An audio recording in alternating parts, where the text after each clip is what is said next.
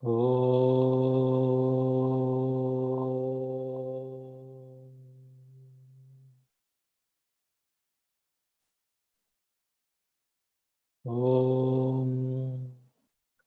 Sahana Vavatu Sahano Bhunaktu Sahaviryam Karavavahai Tejasvinavadhitamastu Ma Vidvishavahai. Om Shanti Shanti Shanti.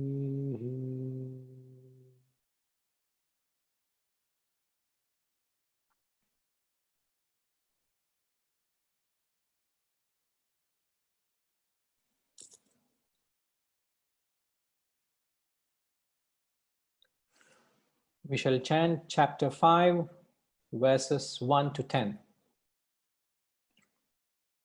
Arjuna Uvacha Sannyasam Karmanam Krishna Punaryogam Cha Shamsasi Yatreya Yetayorekam Tanme Bruhi Sunishchitam. Shri Bhagavanuvacha Sannyasa Karma Yogascha Nishreyasakaravubhau Tayostu Karma Sannyasat Karma Yogam Vishishyate Jneyah Sanitya Sannyasi Yo Nadveshthi na Kankshati Nirdvandvo hi mahabaho Sukham bandhat pramuchyate Sankhya yogau prathak balaha Pravadanti na panditaha Ekamapyasthitah samyak Ubhayorvindate phalam Yat Sankhyai prapyate sthanam Tadyogairapi gamyate Ekam Sankhyam cha yogam cha Yah pashyati sa pashyati Sannyaasastu mahabaho Dukhamaptumayogataha Yoga yukto munir brahma Nachirenadhigacchati Yoga yukto vishuddhatma Vijitatma jitendriyaha Sarva bhutatma bhutatma Kurvannapi na lipyate Naiva kinchit karomiti Yukto manyeta tattvaved Pashyan shrunvan sprushan jignan Ashnan gachan swapan shvasan Pralapan visrujan ghrunnan Unmishan nimishannapi Indriyasyendriyasyarthe Vartanta iti dharayan Brahmanyadhaya karmani Sangham tyaktva karoti yaha Lipyate na sa papena Padmapatramivambhasa.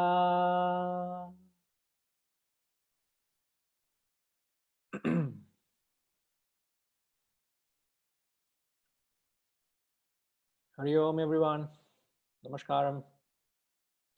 So today we get on with the 5th chapter, the Panchamodhyaya, entitled Karma Sannyasa Yoga, the yoga of renunciation of action.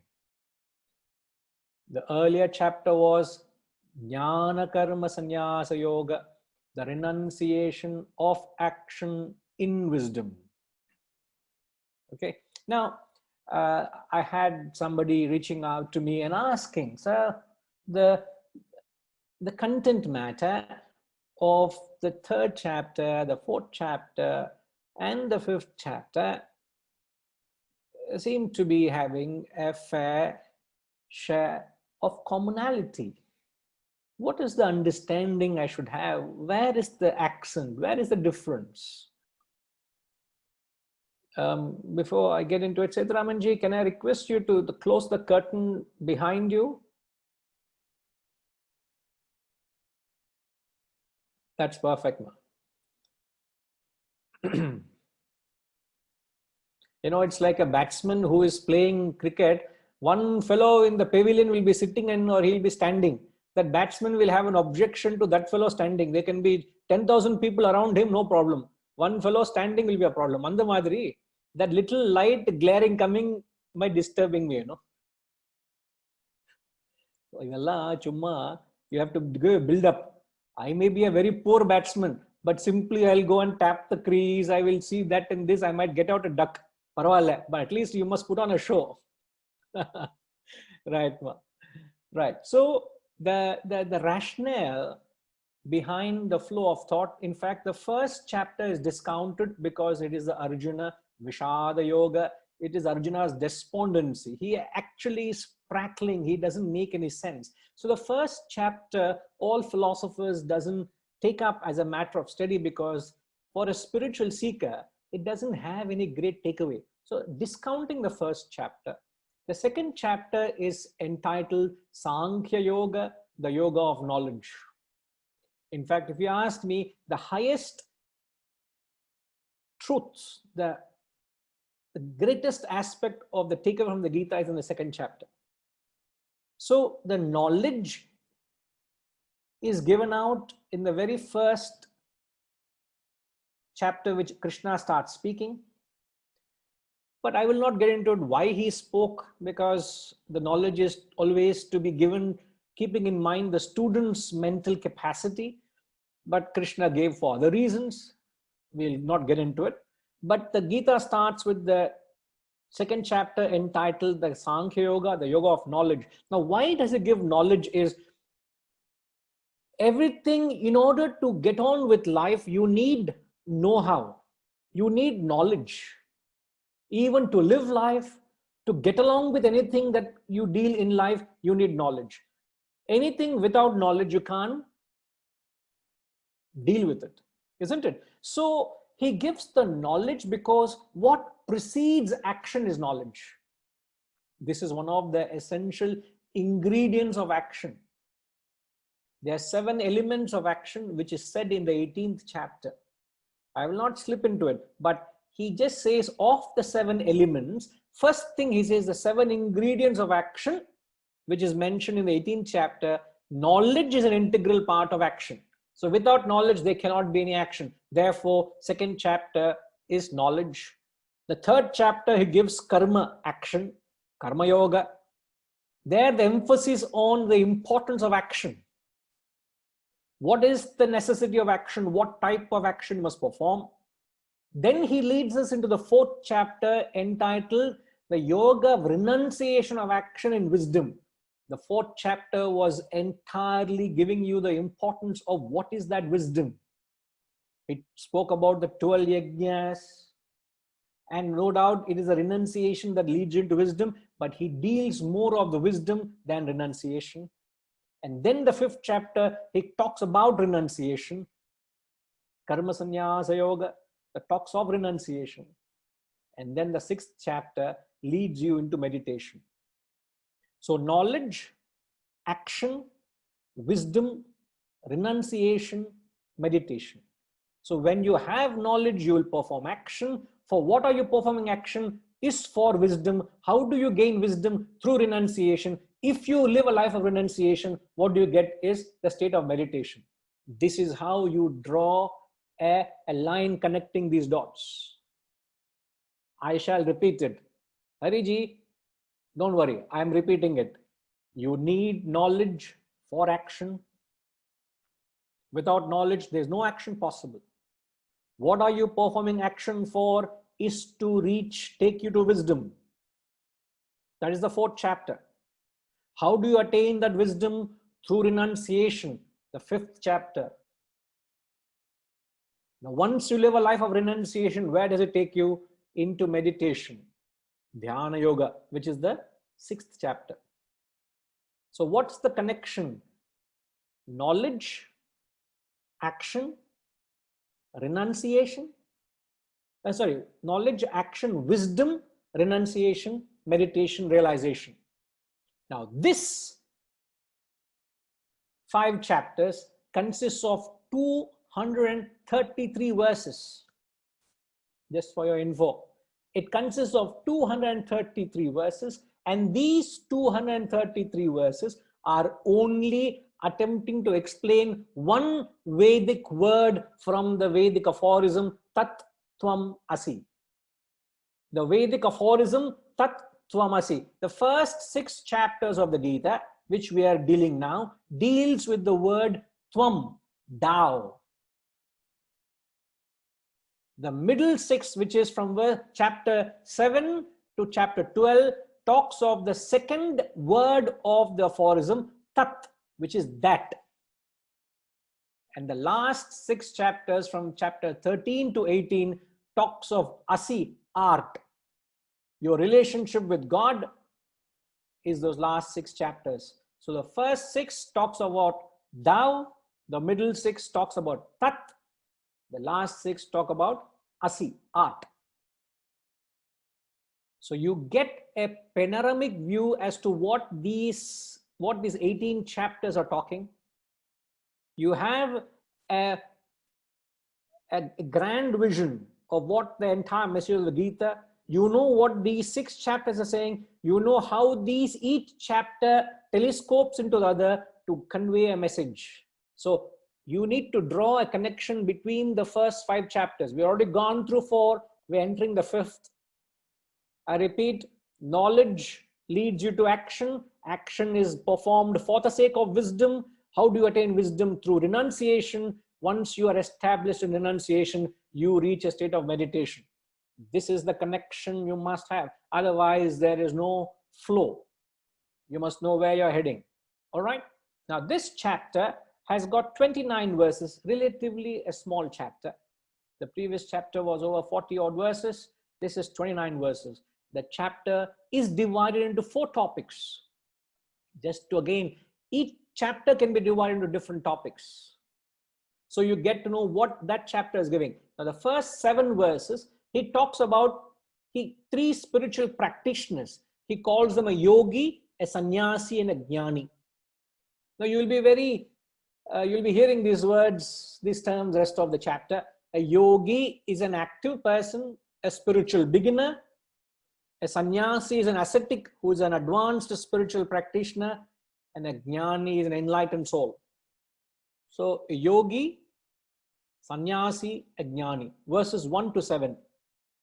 And then he says how these 3 people go about relating to action. How do they perform action? Verses 8 to 12, 13 to 19, he talks about the state of that supreme being, and 20 to 29, he talks about how renunciation precedes meditation and realization. So every chapter has a flow. Each chapter telescopes into other, and the entire Gita has a standalone message. So you get a grand picture as to what we are reading. It's like you have a GPS where you're going to travel 500 kilometers. So you know where you started, you know where you are, you know where you're heading, and it will also tell you by what stage you will reach the final destination. So you have the whole picture at one go. Okay. Now, as the style of the scriptures, every chapter is either Arjuna starting with a question or Krishna answering the question which was concluded in the previous chapter. So this chapter starts with a question, almost literally the same question which he asked in the 3rd chapter. And you know what do you gather from that? It sometimes helps to be dumb. it sometimes helps to be stupid and ignorant. Any amount of knowledge, nothing goes in. Thank God nothing went into Arjuna's head, because we have the Gita. Imagine Arjuna understood in a very one chapter. Gita would have concluded in the third chapter itself, or second chapter. Because of his stupidity and ignorance, the Gita kept on dragging till the 18th chapter. Isn't it? So it helps us as a form of forced reflection. The fact that these ideas are being repeated again and again, it will help us understand and get deeper into the texts. Now, as I've said, this chapter is dealing with the concept of renunciation. Karma, sannyasa yoga, the renunciation of action, the yoga of renunciation of action. Now, what is that one word of the Gita which conveys the spirit of the Gita? Is this renunciation. Renunciation actually conveys the very essence of the Gita. In fact, understanding renunciation is understanding what Gita is. And you know what's the interesting part of it? A true guru will never teach renunciation. That's the sad part of it, or the irony of it. If this is the very essence, why is it that these masters are not teaching renunciation? Any idea? You want to get the bull by the horns, you got hold of this concept of renunciation, you have got it. You would not go wrong. But a true Mahatma or a Guru will never teach renunciation. Why is it that renunciation is never taught?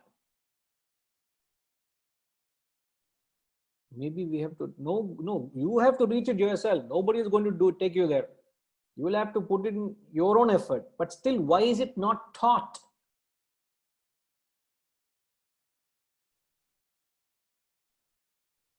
I get the similar thought flow everywhere.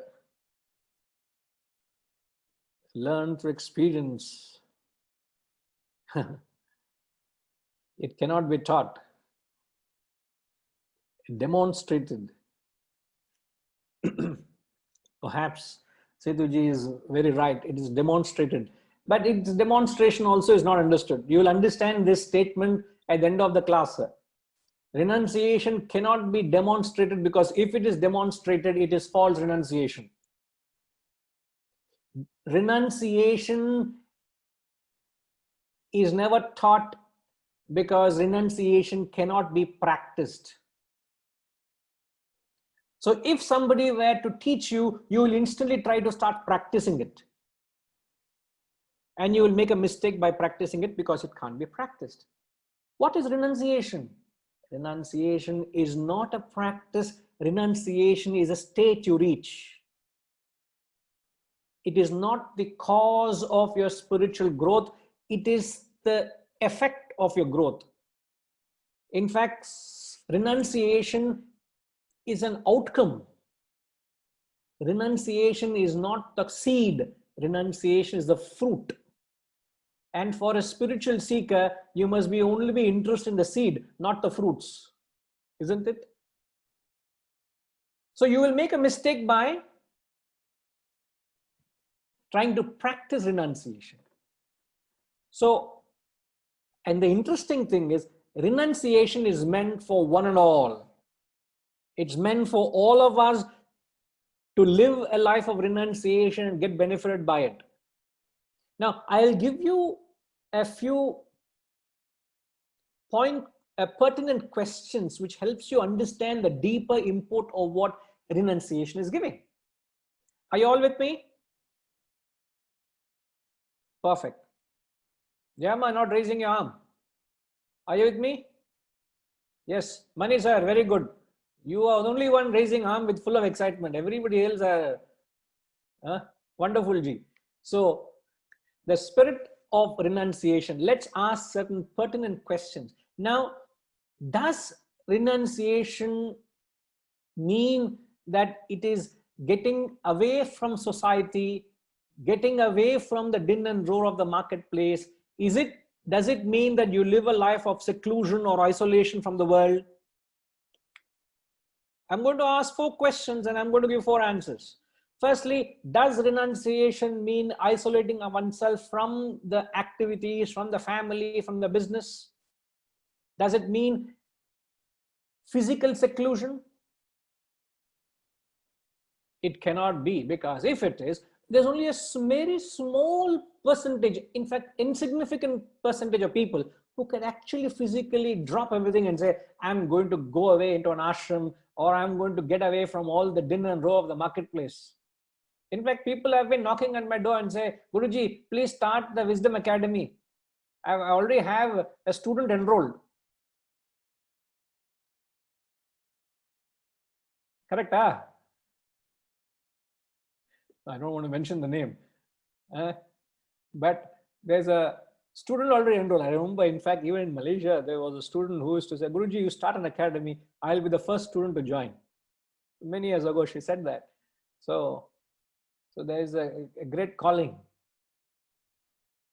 So is that renunciation? How many people would do that? Well, I say, Ushama, please pack your bags for minimum 2 years and come, let's go. I know your interest in this journey. I will take you to this journey, spiritual journey. Come along with me. I will tell Ushama, Hariji, I know Seturaman is more than ready. I will not ask Seturaman. And ask a few others, how many people will come with me? He says, Guruji, I know you're sweet and you're teaching me. Zoom for now is okay. But anything beyond Zoom, I'm sorry, I don't want to leave my home. As you know, there is not a safe place outside there. So you're worried you can't leave the comforts of your home. Even though you want to seek this knowledge, you can't plunge into the unknown and explore. So it's a journey very few can plunge into. So it is certainly a resounding no. Then you can mean, renunciation mean you can be in the world. Now, does that mean that you can be in the world and yet don't possess and don't enjoy things? Okay, you can be in the world. But then you should not contact anything, you should not enjoy anything. What would that be? Okay, we are all going for a wide spread of variety of food for lunch. You can come along with me, but you're not supposed to eat anything. You just observer. Come and sit with us at the table. It is rather be at home than going there and saying not to eat. That's the most punishing thing, isn't it? Rather not be anywhere near food. Be in the house and you do what you want. So it is stupid. It is very, very impractical to say that you can be in the world, but don't contact or don't enjoy. Okay, so renunciation does not mean you must leave the world. Renunciation also does not mean that you should not possess and you should not enjoy. Now then, does renunciation mean or determine by the quantum and quality of contact? Do you need to put any kind of restriction to the possession and enjoyment? Oh, this much you possess and this much you enjoy, you're practicing renunciation. But if you possess anything beyond this much, little much you possess, oh, you've violated renunciation. Is there anything quantitative, qualitative yardstick to determine renunciation? Jai Shri Ma. Profusely she's nodding her head. Ningadama. Balasubramanian sir, Jai Shri Ma. So what is the answer? Is quantity and quality a way to measure renunciation? I will take it. Enama? Well.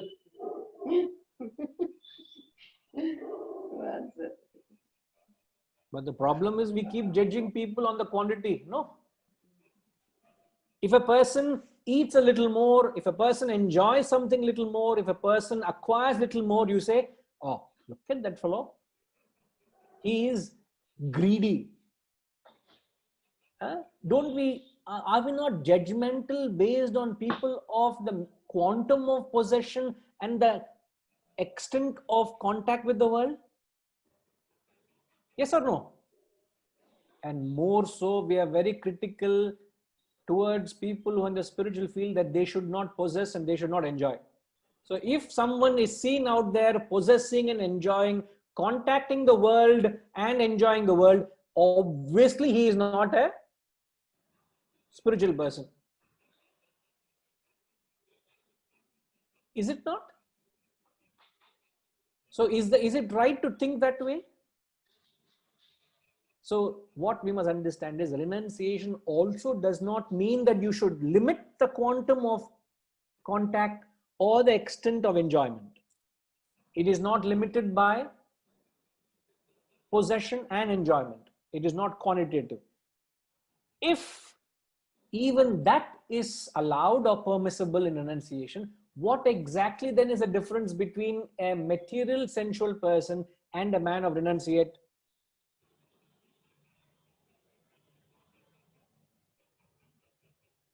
Harishji, can you please summarize what I have said so far?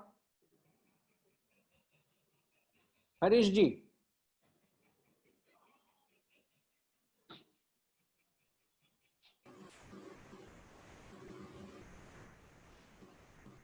We were talking of the various aspects of what is renunciation.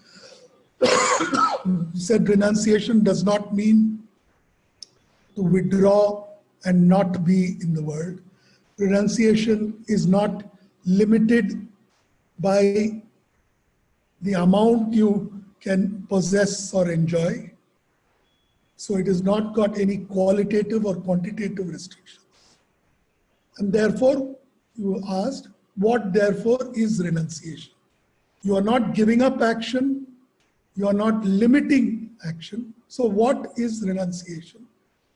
No, And to be correct, you're fairly right. Only thing I was clarifying is what then is the difference between a person who is a material and a sensual person? Even a material person is behind acquisition, a sensual person is running behind enjoyment. Then what is the difference between, even if a man of renunciation is allowed to acquire, allowed to possess, and also allowed to enjoy, then what marks the difference between a material and a sensual person vis-a-vis a man of renunciation? What is the like difference? the difference between possession and being possessed. So whether you are controlled by the possession, by the attachment, right?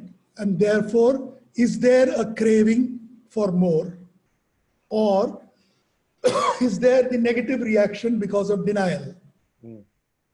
So it comes down to whether you are attached to it or whether you are detached from it, whether you see it from within or without. Perfect. Great. Yes, that's a very good beginning. Somebody has to do way good to beat that answer. Yes. Yes, Tinkima. Perfect, G.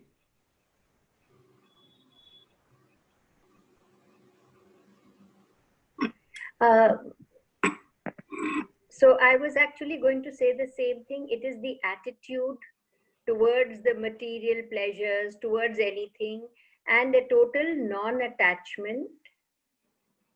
Well, you're absolutely not, as he said, not controlled by that. You need to, if you live in this world, you need to eat, you need to sleep, you need to rest, you need to do whatever. In fact, I have a doubt that when we have family responsibilities, which we need to take care of, then I think that would that also be done through an attitude of renunciation, where we do it again. I come back to the same thing, as a yajna or as an offering. So that is, I'm not attached to nor taking great pride that see what all I'm doing, see how much I'm sacrificing. None of those thoughts are there.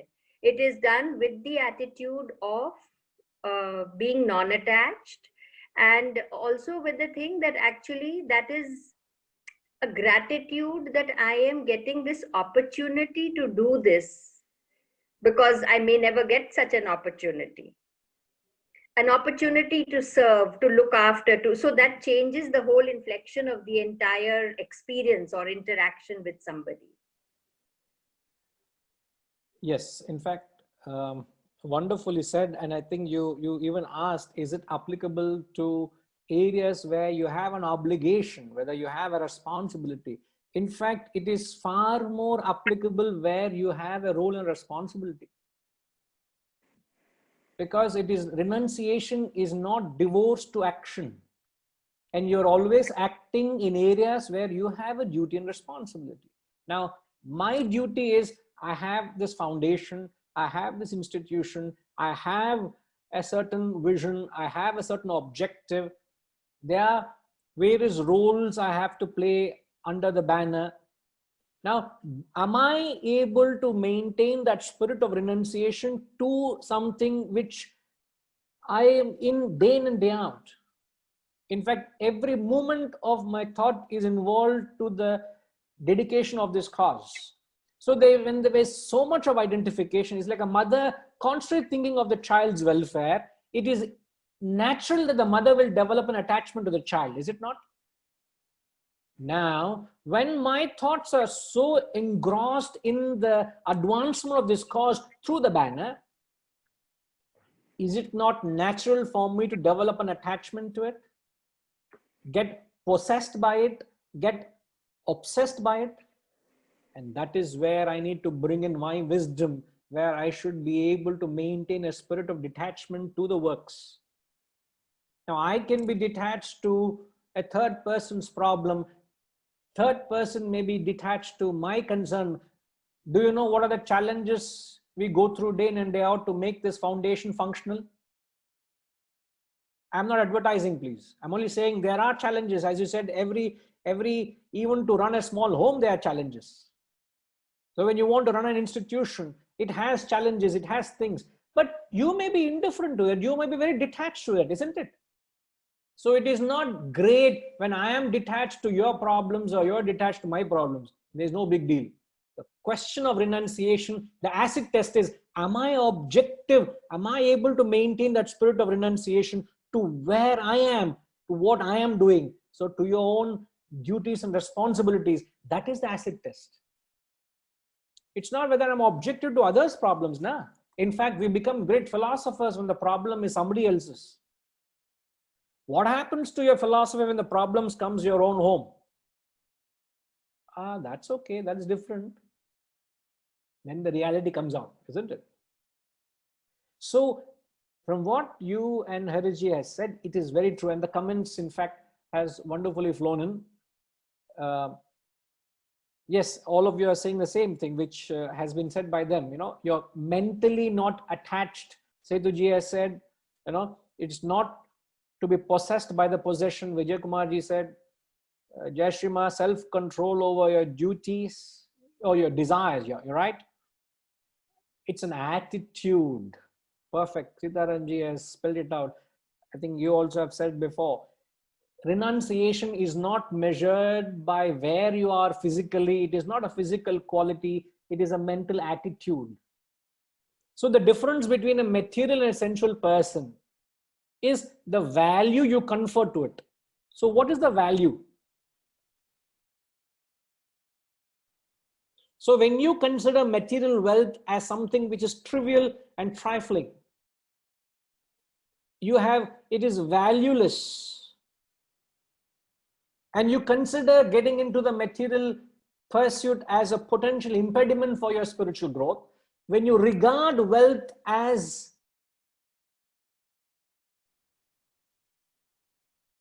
gross, as we say, wealth can only buy you tangible things. Wealth can't do anything beyond tangible things.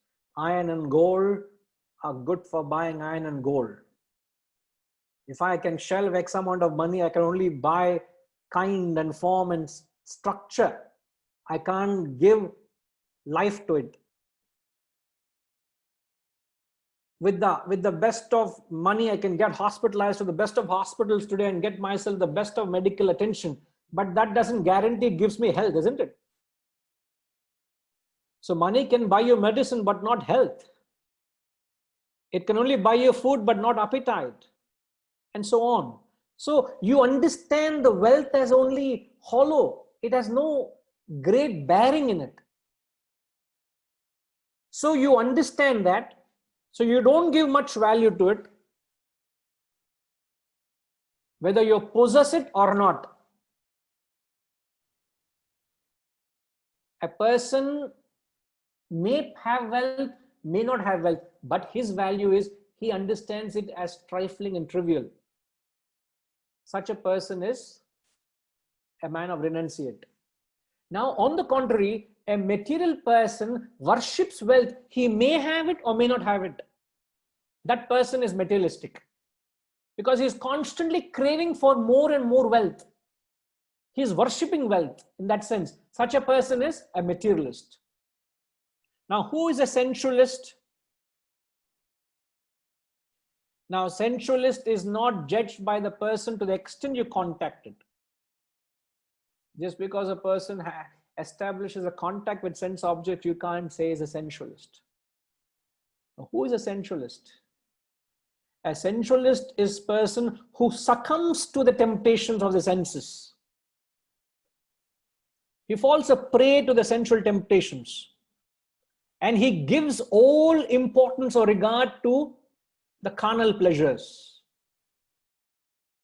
Such a person is a sensualist who may be enjoying it or who may be abstaining from it.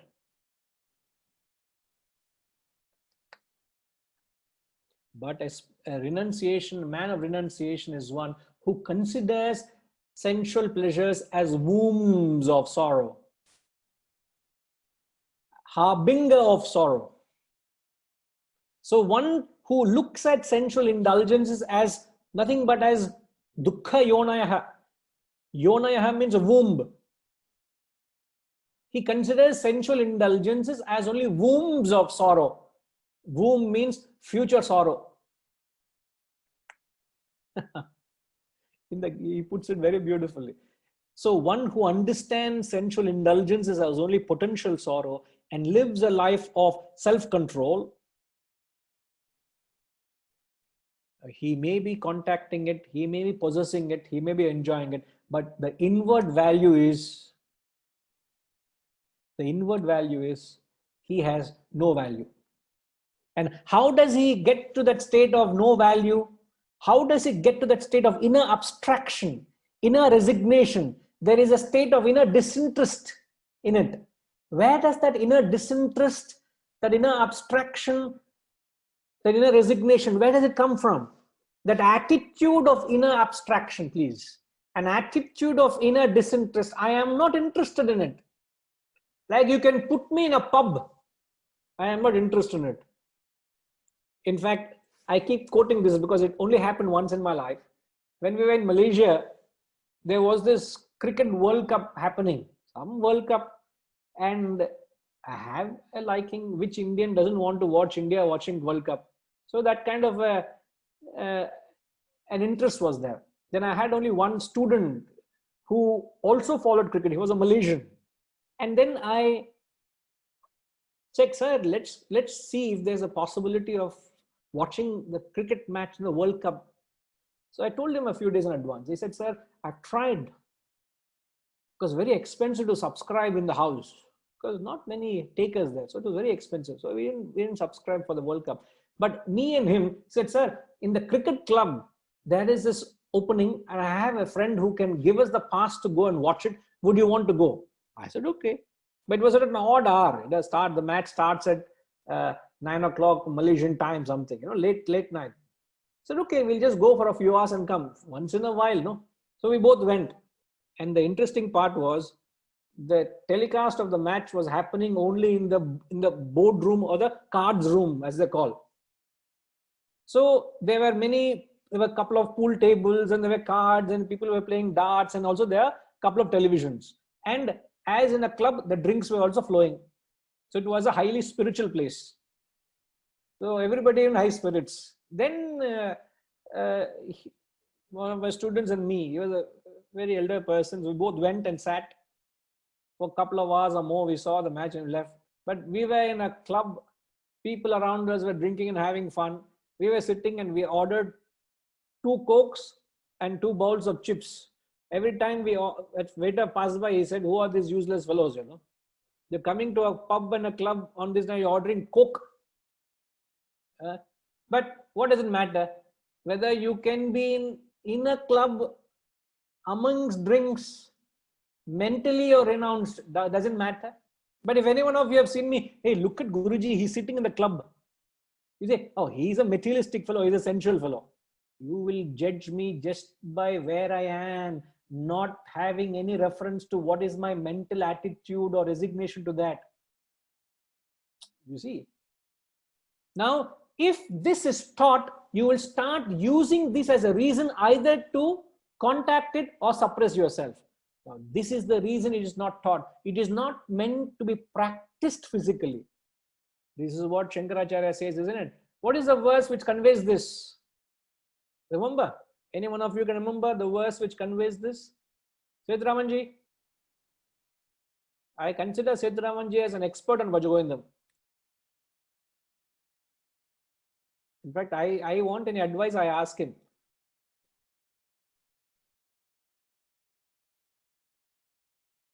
Any idea, Ji?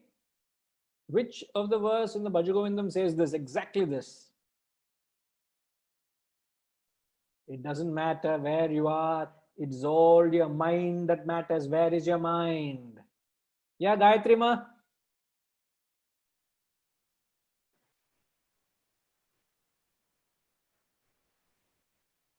No, we still can't hear you, Gayatri Ma.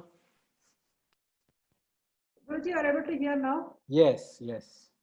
Yogaratova, Boharatova, Sankavina, Pulla.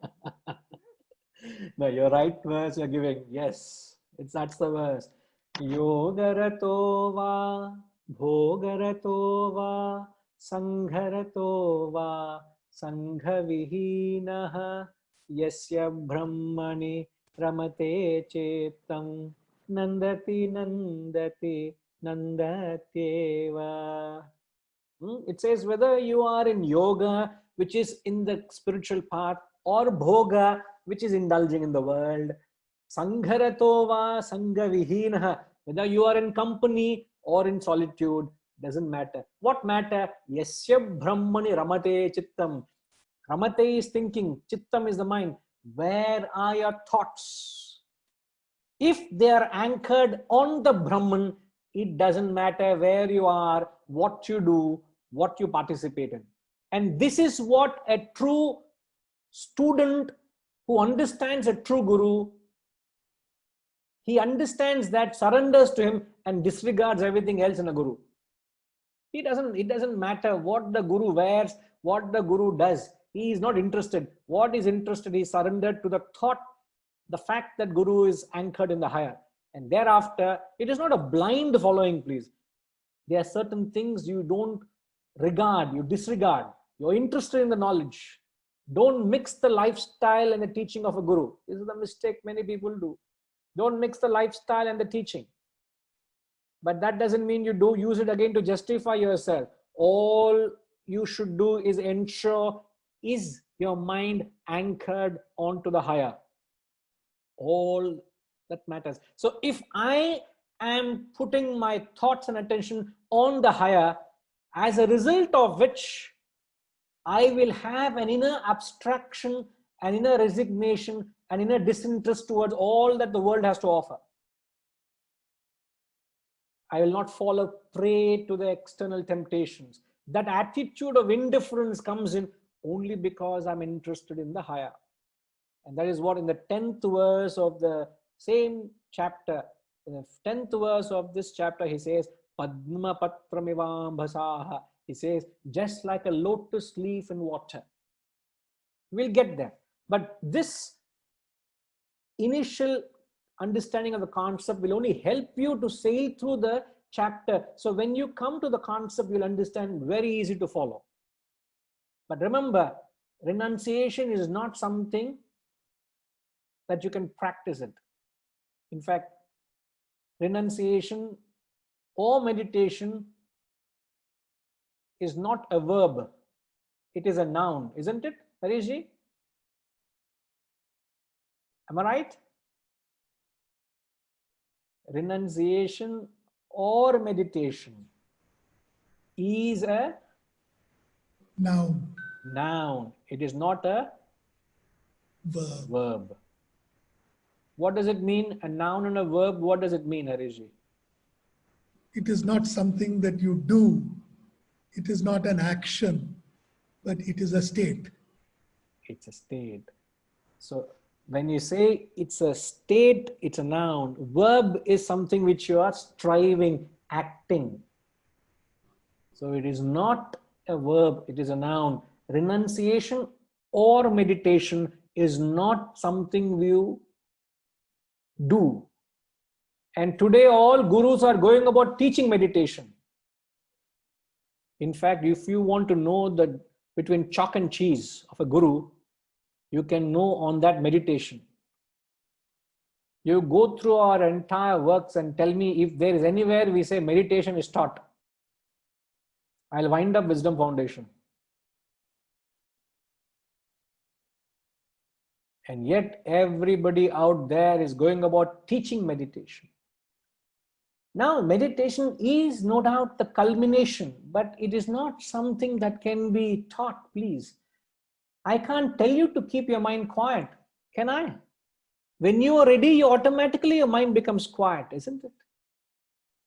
Your mind has to mature into a state of quietude. And I can't push that. I can't make it happen. You got to make it happen yourself. It's a culmination of a journey. It's not the beginning of a journey. Okay, so keep this the backdrop.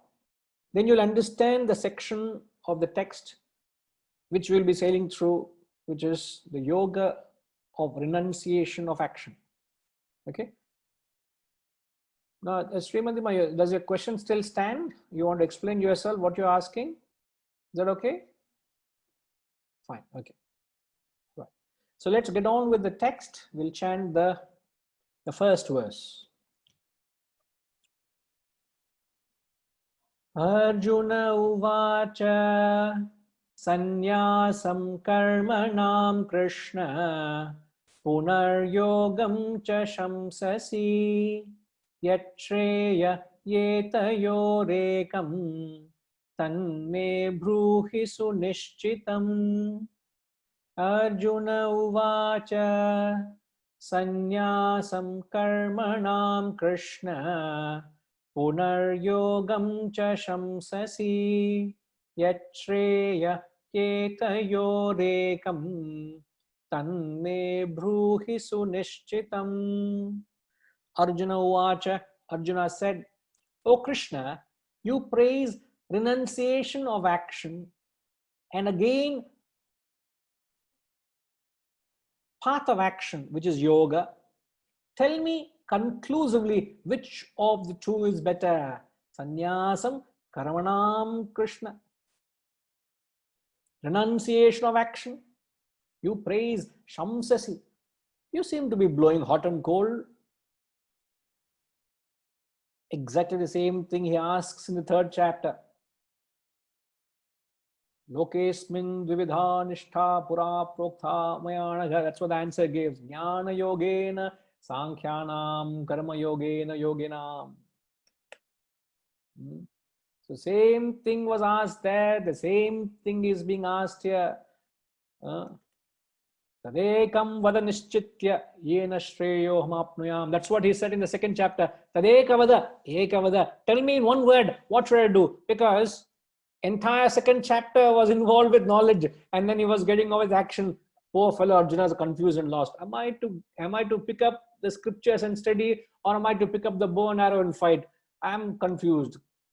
I am lost. So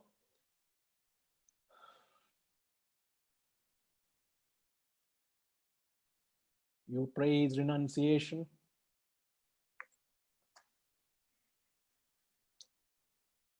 Of action and the path of action.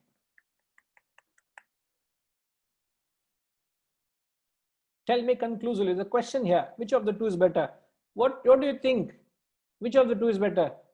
Harima, what do you think is better? Knowledge or action? Can't hear you. Is better than No, of course, for knowledge is required for action. So both are important. Are? You can't say both. Same thing Arjuna is confused. Whether you might choose choice or kinga. You can't say both. Whether am I to seek a path of action or the path of knowledge? What do I do? Now, if you ask me, I have very clearly chosen the path of knowledge. Am I not acting? I'm very much acting, but I am all the time falling back on knowledge. Path of jnanam. That's what we are doing. That's where I'm able to convey these truths. Yeah, Tinkima.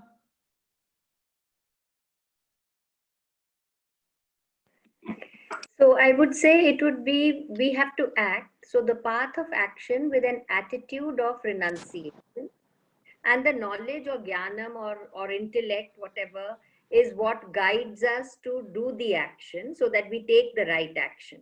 But the attitude is not I'm great or poor me or anything except renunciation. You know, you are all highly qualified, little more qualified than Lord Krishna himself. So much of wisdom is gushing forth. Oh my God, you know, it can't be contained amongst you all. Simple because question. Am I to do this or that? You have given me the entire destination. You've taken me to the goal itself. Am I, Arjun? I feel action one has to do, but again, you know, the three gunas are there, tamasic, rajasic and sattvic. So it should be sattvic, and the attitude in the action, that is the intention you have always guided us. The intention is important. The attitude should be one of renunciation. That's my understanding. I don't know. See, poor Arjuna doesn't understand the deeper philosophy.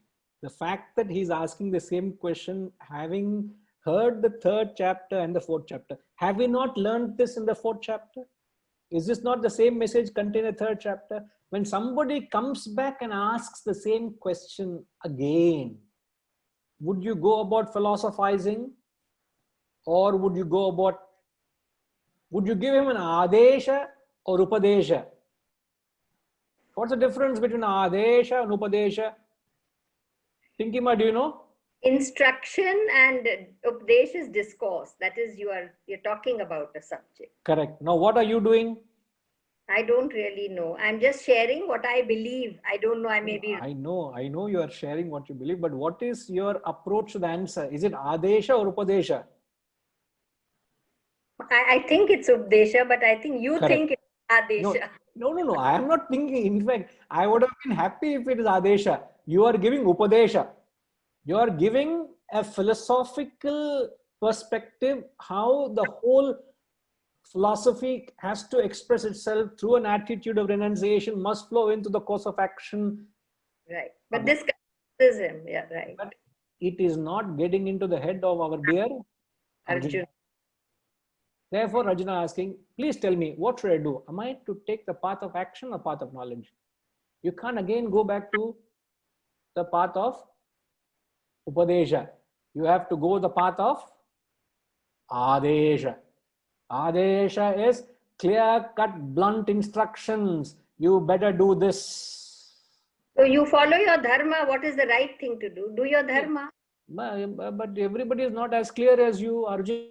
You didn't understand. You must understand that many people like Arjuna out there, not people like Krishna like you. So you must be able to help people like Arjunas out there, isn't it? See, but can Krishna really take a decision for Arjun? He cannot. I feel. I don't know.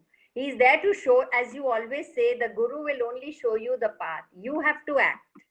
So he's telling him, he's giving him the pros and cons, he's given philosophy, discourse, upadesh, everything. If he tells him, go and do this, then it means he has taken a decision. Does he not then become also responsible for the consequences? He becomes a bhagidar, no, in the consequences of what actions happen, because he's taking the decision on behalf of Arjun. You're very true. But if you listen to the answer in the next verse, he doesn't say, do this. He says, this is better for you. You decide. Or can we say, in your place, I would do this? That's what he's, in fact, that's what he says. That is how he puts it. Okay. He doesn't decide for him. Okay. Yeah, he doesn't decide. Yeah, Hari ji.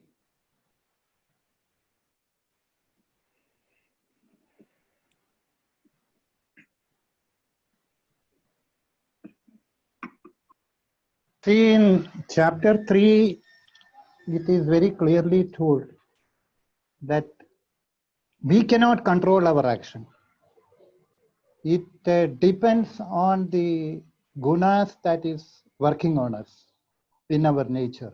And gunas will force us. However, we may like it, we may not like it. The guna will force us to do what we are supposed to do. Guna guneshu vartante. We have no choice. We may have knowledge. I may be studying Bhagavad Gita throughout my life. But if I have my own vasana, born vasana, and that vasanas are not exhausted, however much I may be wanting and trying, but my gunas will force me to act. Hari ji, I mean, today I'm officially announcing my retirement from spiritual field. I've already announced. It's only a formal written letter has to be given and submitted to the so-called stakeholders that I have given up, because Hari ji has clearly said no point ending devoting rest of your life on Gita, because end of the day you will do what your gunas are. Don't waste your time. And you are authoritatively quoting the Gita. So therefore I tender my resignation. I no point wasting time in it. Is it correct? no, it's not Then? correct. Then what does it mean? We are only trying. We Aparo? are trying to change. Sir, what is, okay, now I get what you are saying in the third chapter. It says, Guna, Guneshu, Vartante, Iti Matva, Na Sajjate. There's a verse which clearly says this. But what is it that is superior to the gunas? Intellect. And what is it that conditions the intellect? It is trying to guide the mind. No. I'm saying what is it conditions the intellect? I'm not asking the role of the intellect. My question, what is it that conditions and molds the intellect? The intellect also has guna, either sattvic intellect. Yes, it is still molding then. How do you mold? My question is, what is it that molds the intellect?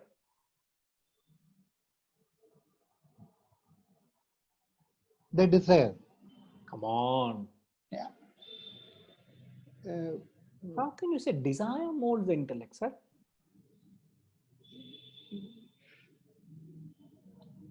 If my desire, strong desire, is to acquire this knowledge and to get the self-realization, does it not play a role in guiding, in sharpening my intellect?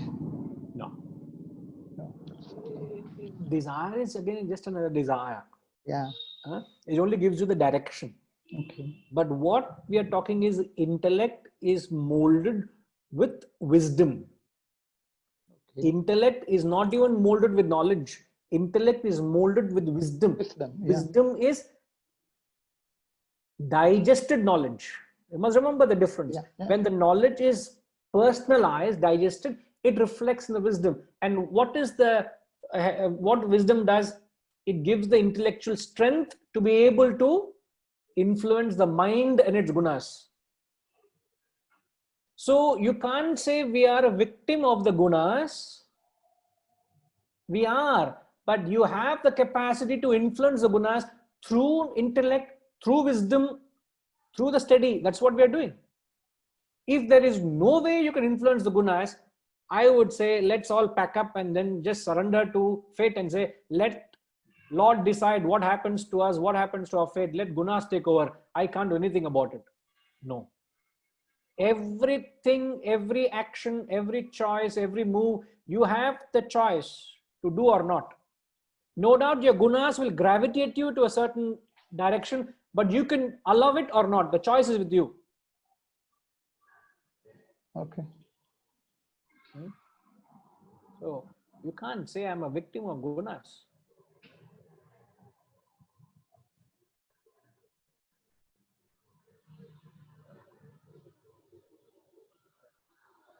Sir, I have a vasana for sport. Example. I even told a little experience of going and watching a World Cup match 10 years ago, some time ago. Now, recently, did you know that our Dhoni, he retired? When did you know? In the TV, I saw. No sooner it came out, you knew, isn't it? Yeah. You know how long it took me to know? The end of second day, my daughter is coming and telling me, did you not know Dhoni retired? My reaction was, oh, is it? I have the vasana in me. I have a calling towards it in me, but I have completely withdrawn from it. I am only engrossed day in and day out. Every thought is involved in the subject. In every instrument or a tablet, it would have been flashing like nobody's business that Dhoni retired, Dhoni retired, Dhoni retired. Yet it did not fall on my ears or eyes for 2 days until end of second day. Is it the gunas or is it the intellect?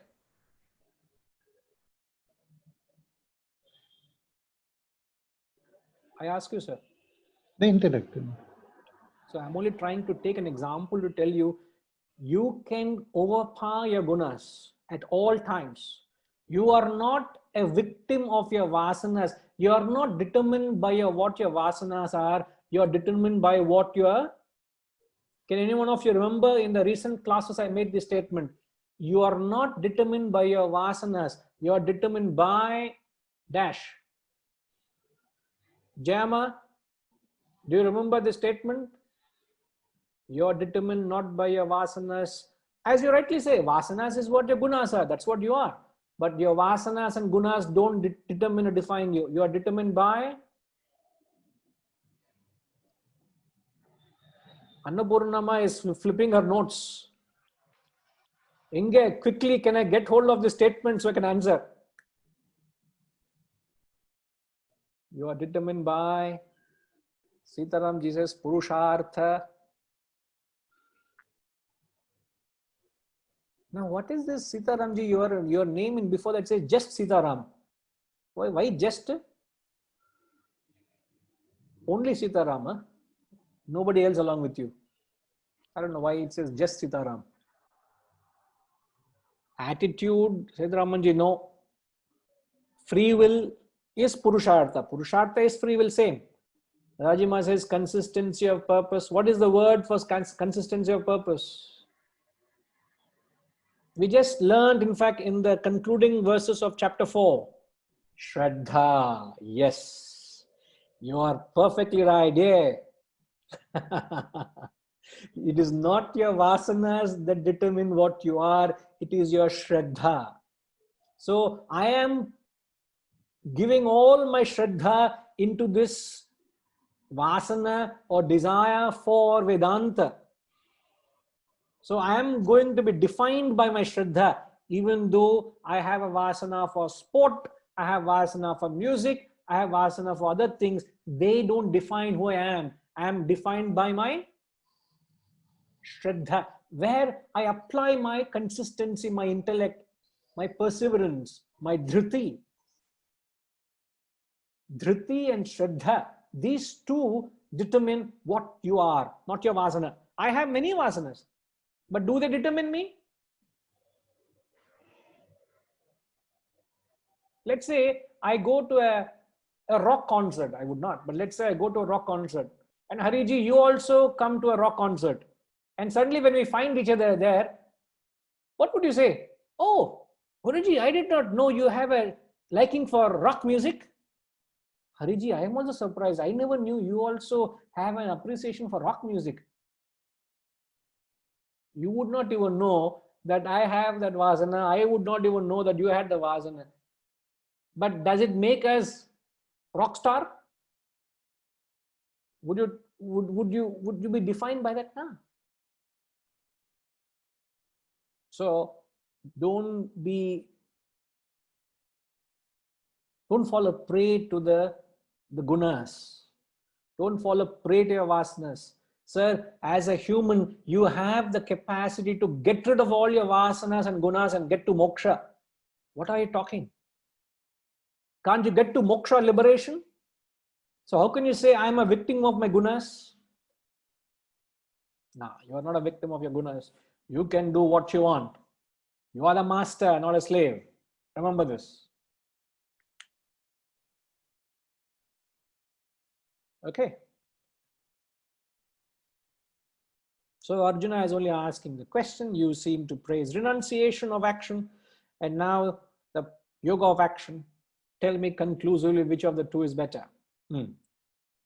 Shri Bhagavan Uvacha Sannyasa Karma Yogascha Nishreyasa Karavubhau Tayostu Karma Sannyasat Karma Yogo Vishishyate.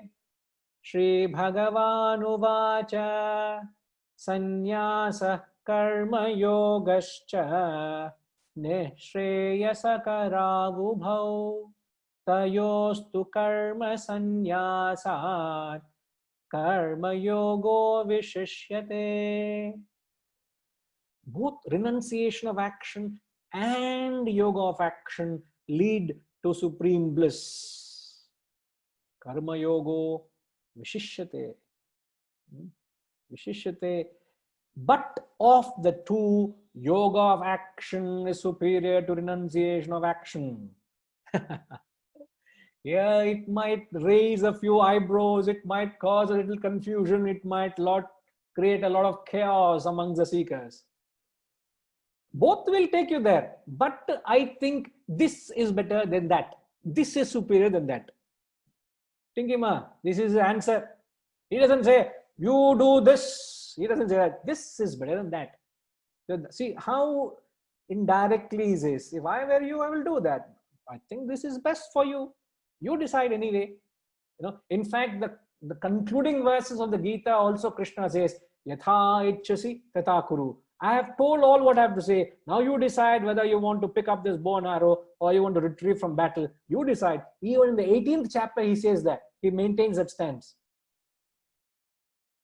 But here, he still gives it a far clearer idea for Arjuna to understand that action is little superior to renunciation. Now, all what you got to understand, I'm not able to go any further because the expression of Srimati Ma is concerning. You're full of confusion, I could see. How is it that yoga of action is superior? All okay? Thinking, yes. How is it that yoga of action is superior to yoga of renunciation? How do you say that? It is not, what you got to understand, it is not an eternal truth.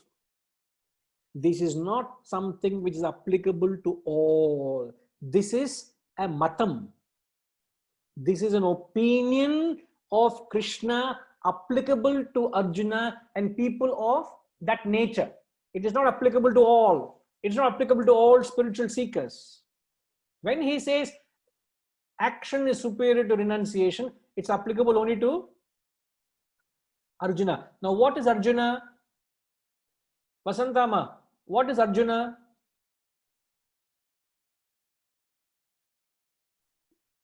General people like us. Yeah, but what is the general people like you? Fickle-minded. Ayyo. He's fickle-minded, no, Arjuna. No, fickle-minded is more like a trait of the mind, but you can't say that you can't describe a person like that, isn't it? No doubt. Every one of our mind becomes fickle at times, maybe less, maybe more, but you can't describe a person. My question is, what is Arjuna? Attached. Attached. Sir, whom do you prescribe the path of action? Whom do you prescribe the path of renunciation? The two paths. He's the leader of the army there. He has to perform action. No, you began by saying people like us, Soninga. Now you are saying Arjuna is a leader of an army. Make up your mind, which is the right answer. He represents all of us. That is what I Yo. Don't include me, please. Now, what does Arjuna symbolize? Ushama?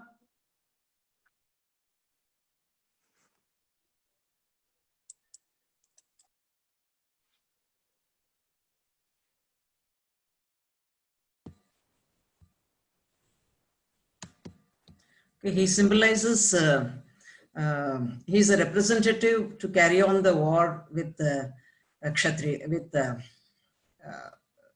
like he is heading the Pandavas, and he is supposed to be carrying on a war with the Kauravas. See, you are being specific to the context, but you can take I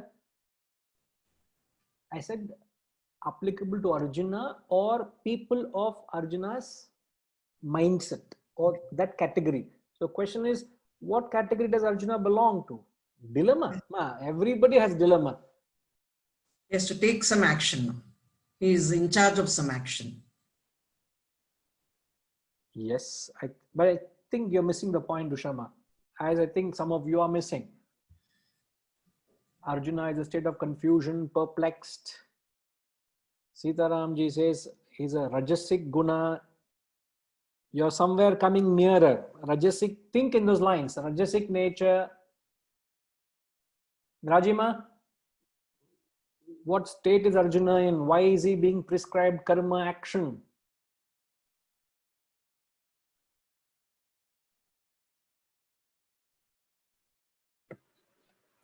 As a Kshatriya, he has to perform his actions and uphold his duties. So Krishna prescribes action to Arjuna. Is that so, Guruji? Yes, it is so. He's a Kshatriya. It is his dharma to fight. Therefore, he is recommending action, not to retrieve. See, even renunciation does not mean retrieving from action, isn't it? We just read earlier. Renunciation is to perform action in a spirit of renunciation, whether I'm going to win the battle or not, but I should act. So the accent is on renunciation there, not on action. But when you say Kshatriya, when you say Rajasic, what does it talk about?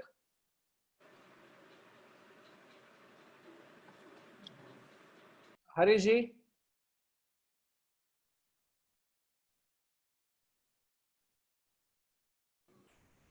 He's a man of action. What? His Swadharma is action.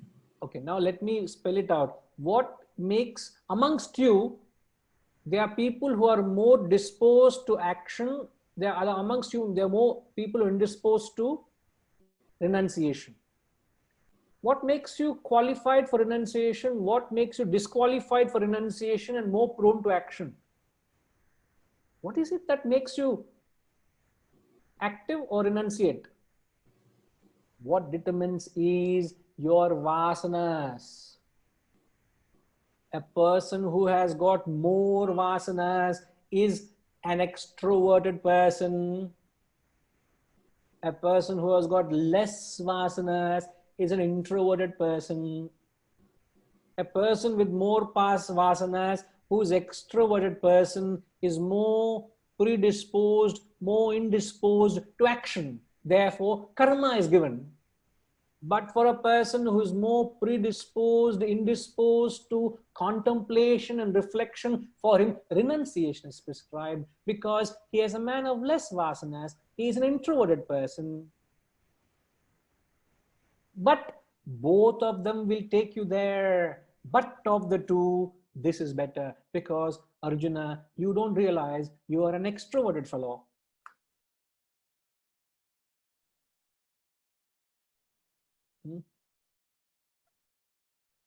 Now, just to establish this concept, how do we say extroverted person is more prone to action, introverted person is more prone to renunciation or contemplation? There is a principle that clarifies this. We will come back, clarify this concept, and we'll move on to the next verse. But this needs to be clarified. We'll only have to come back next week. All right?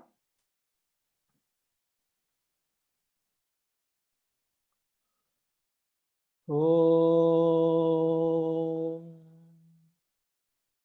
Purnamada Purnamidam Purnat Purnamudachyate Purnasya Purnamadaya Purnamevavashishyate. Om Shanti Shanti Shanti. Harihi Om. Shri Gurubhyo Namaha. Harihi Om.